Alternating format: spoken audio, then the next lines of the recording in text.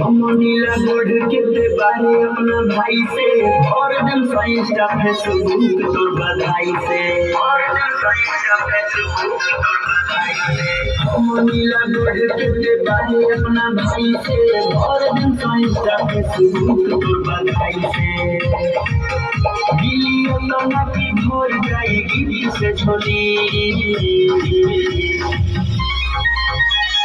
Cake कटाई happy birthday बोली चली बर्थडे में यारवा के धाय धाय गोली केक कटाई हैप्पी बर्थडे बोली चली बर्थडे में भाई के धाय धाय गोली।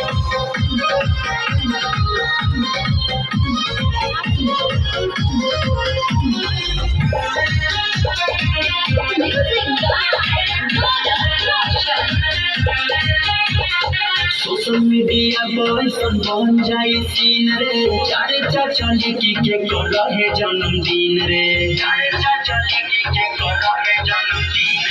सोशल मीडिया पर सब बन जाए सीन रे चारे चली की के कर रहे जन्मदिन रे झूठ रहे काले पूरा बदल के टोली केक कटाई हैप्पी बर्थडे बोली चली बर्थडे में